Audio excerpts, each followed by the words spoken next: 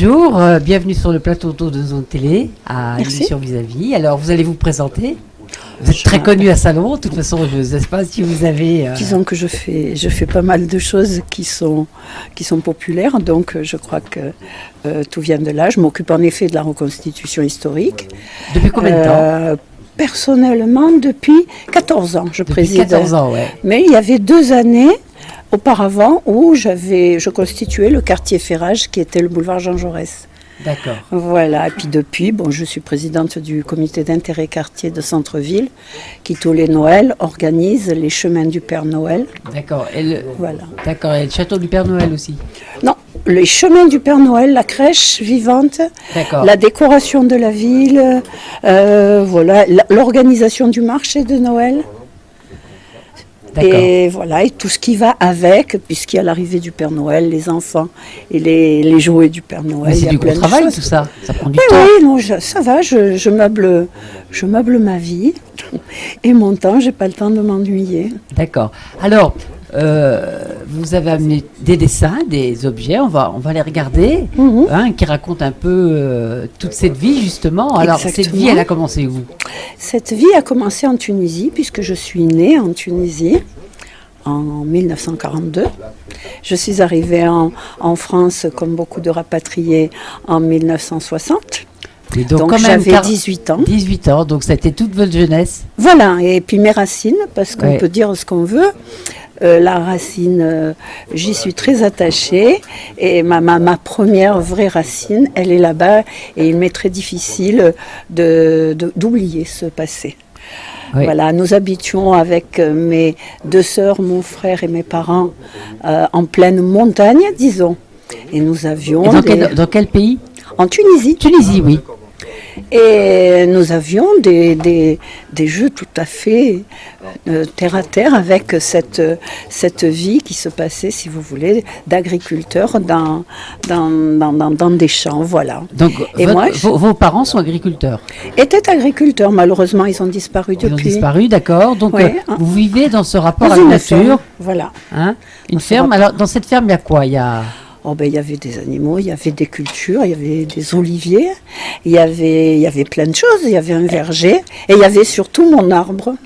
Je voulais dessiner. Oui, on va aller le voir tout à l'heure. 45 ans après, je ne l'ai toujours pas oublié. Voilà. Et j'ai reconstitué toutes les branches de cet arbre qui était un petit peu ma maison, puisque c'était une maison ou c'était un refuge? C'était un refuge, puisque c'était un mûrier, puis j'avais une grosse tâche, c'était de monter mes vers à soie et puis je les laissais en liberté se nourrir, et puis après je rapatrier tout ça dans la boîte de chaussures. Alors aujourd'hui, quand 18 ans vivre comme ça dans ce pays, il n'y a pas un côté jardin d'Éden? Oui, comme tout ce qui appartient à notre âge, à notre premier âge à tous. Bon, pour moi c'est énorme, c'est aussi peut-être parce que j'en suis privée, mais je pense que mes enfants qui sont nés à Salon ont aussi le petit coin que je vais vous montrer après, qui est pour eux aussi important que mon mûrier en Tunisie. Ouais. Comment ça s'est passé le retour en France pour vos parents? Ça a été un peu difficile parce que... Est-ce qu'ils ils ont continué à être agriculteurs ou Non, pas du tout. Papa était un monsieur qui avait fait la guerre de 14 et qui avait été blessé. Il avait qu'une jambe, donc il avait été gazé, il a vécu l'horreur dans les tranchées, voilà. Et vous le sentiez, vous, en tant qu'enfant Oui, bien sûr. Après, parce qu'il a souffert, il est mort jeune, puisqu'il est mort plus jeune que moi. Il avait 65 ans. Donc, vivre dans cet état-là en Tunisie, il en avait l'habitude. Et quand on est arrivé en France, il est certain que rien ne pouvait être pareil. Et qu'ils avaient décidé, papa et maman, de prendre un magasin sur le cours Victor Hugo, où, parce que nous étions 3 filles, il avait pensé que vendre de la lingerie, de la mercerie, comme à l'époque, était quelque chose de bien pour nous, quoi. Alors, voilà, tout à fait. Donc, ils se sont installés à Salon? On s'est installé à Salon parce qu'il y avait de la famille, et moi, je n'ai jamais quitté Salon. C'était de la famille qui était originaire aussi? Non, c'est de la famille qui avait été rapatriée, qui avait un hôtel à Salon. Et c'est pour ça que vous avez choisi ça, donc, pour voilà, garder ce lien familial. Venir, voilà, là où on était accueillis. On voit ce mûrier, donc vous avez dessiné là, on va le regarder. Hein. Voilà, j'ai même donc, fait les emplacements. Donc c'était un arbre. Voilà, c'est mon arbre. Voilà. Et je vais vous raconter que 18 ans après avoir quitté la Tunisie, j'ai amené mes enfants revoir mon arbre, mon école, ma maison. Et l'arbre avait grandi et j'arrivais plus à y monter. Donc oui. Ils m'ont poussé. Ils ont poussé. Voilà. Donc. Alors là, j'étais assise là. Puis alors, je revois la physionomie de l'arbre comme si c'était hier. Là et là, c'était un arbre qui était devant la maison. C'était majestueux. Alors, on voit d'une autre manière, voilà, juste. Voilà, donc. Alors, c'est un mûrier. Alors, voilà. Ici en Provence, on connaît bien les mûriers aussi parce qu'il y a eu beaucoup de vers à soie. Voilà, c'est le mûrier de vers à soie. C'est le mûrier de vers à soie. Le voilà, si vous voulez. Pas lui, parce que là, moi, j'ai tenu à reconstituer les branches intérieures sur lesquelles j'ai vécu. Alors, dans ce mûrier, c'était quoi? C'était la rêverie? C'était tout. C'était tout, c'était la rêverie, c'était le plaisir de vivre avec la nature, c'était le refuge aussi, c'était un petit peu la rêverie parce que là-bas il n'y avait pas grand-chose à faire, hein. On ne pouvait regarder que les oiseaux, les trucs comme ça, mais c'était une vie tout à fait que j'oublierai jamais. Est-ce que il y avait cet enrichissement personnel? Ah oui, il y avait beaucoup. Il y a les choses que j'oublierai pas et je vis un petit peu en transition malgré tout. Hein. Ah oui, il me semble que je suis sur un quai de gare. Oui, c'est ça. Depuis. Oui, mais quai de gare actif quand même. Hein. C'est oui, bien sûr. C'est pas des trains à vapeur. Non, hein. Je vous dis, moi, dans ma personne, je suis un petit peu, si vous voulez, par rapport à mes sentiments. Ouais. Sur un quai de gare, j'attends de retourner chez moi. Voilà. Maintenant, cette gare, elle représente tellement les racines de mes 3 enfants et de mes petits-enfants que j'essaye de m'investir le plus possible pour leur créer quelque chose donc vous revenez en France, très... Oui. Et vous vous mariez? Je me suis mariée même 2 fois. 2 fois. Puis après, j'ai dit c'est bon. J'ai cotisé, ça suffit. Voilà. Puis ça fait. Et donc vous avez eu. J'ai eu 3 enfants. 3 enfants. Cécile, Olivier et Stéphane. Cécile, Olivier, Stéphane, qui sont grands maintenant. Oui, Cécile a 43 ans, Olivier en a 38 et Stéphane en a 35. Et j'ai 2 adorables petites filles, Emeline qui a 10 ans. Ça y est, donc vous êtes grand-mère, ça y est. Et Lola qui a 5 mois. Voilà. C'est un statut grand-mère. Hein. C'est un statut. Ça vous a fait quelque chose de devenir grand-mère? C'est un grand bonheur parce que de se retremper dans ces bébés qui arrivent, c'est magnifique. Est-ce que vos enfants, ils n'ont pas connu le... J'y suis allée une fois avec eux en Tunisie pour leur montrer, c'est tout. C'est tout, hein.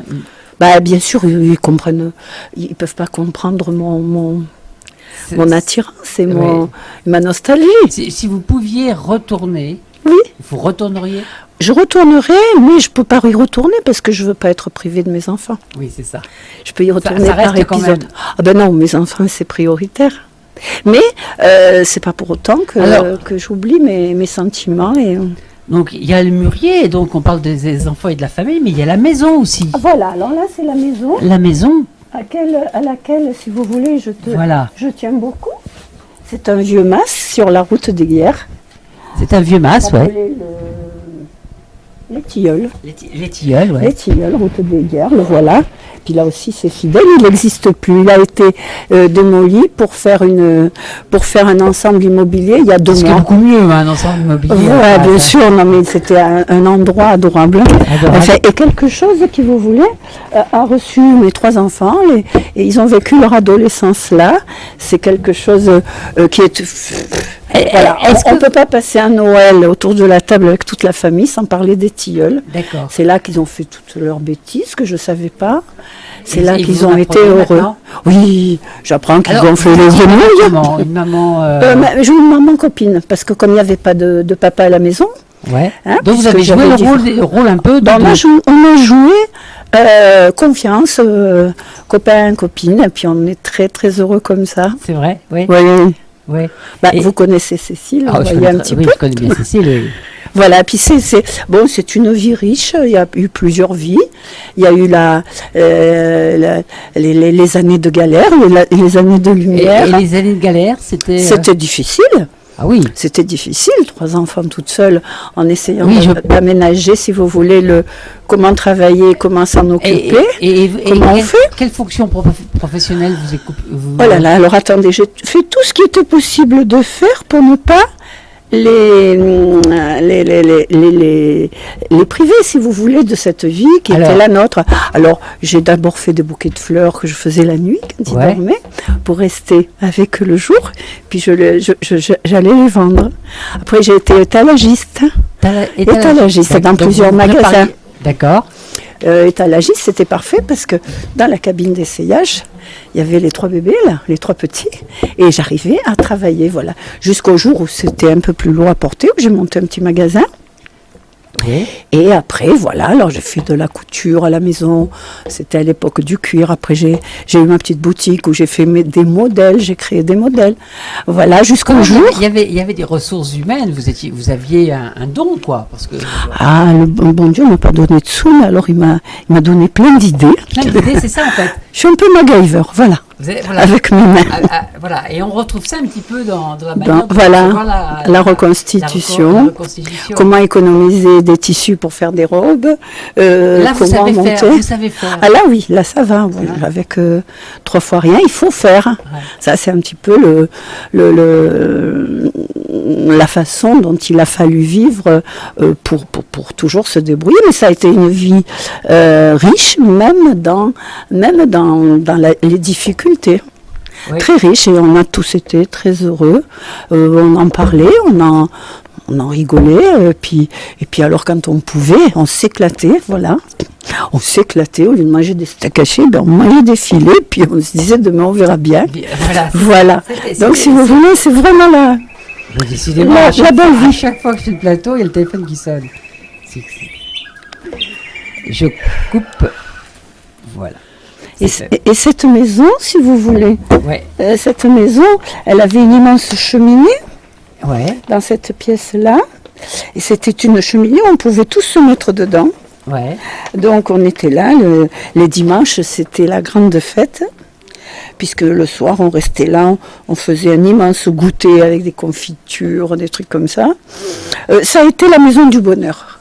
C'est vraiment le terrain. Ah oui, la maison du bonheur, et on en a été privé. On l'a quitté brusquement et avec beaucoup de soucis, parce que le propriétaire a voulu la récupérer et nous a expulsés. Ah oui, donc ça a été un traumatisme. C'est un traumatisme, voilà. Ça a été un traumatisme, et bon, avec des gens peut-être qui auraient peut-être été plus indulgents en laissant les enfants revenir un petit peu. Non, un matin, un soir, on n'y était plus, voilà.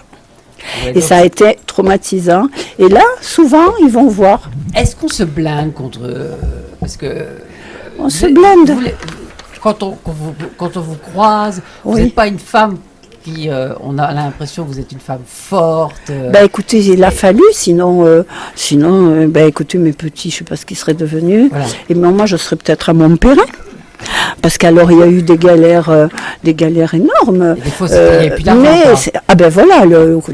Ce côté-là, ça n'a pas été ma grande partie d'arriver à garder et à prévoir en privant mes enfants. C'était tellement bon de dire le Noël sera fabuleux, même si le lendemain, il y avait souci pour savoir comment on allait faire. Bon, le bonheur d'un enfant, si vous voulez, mérite que le lendemain, on ait mal à la tête pour, sans leur dire, hein, bien sûr, trouver la suite.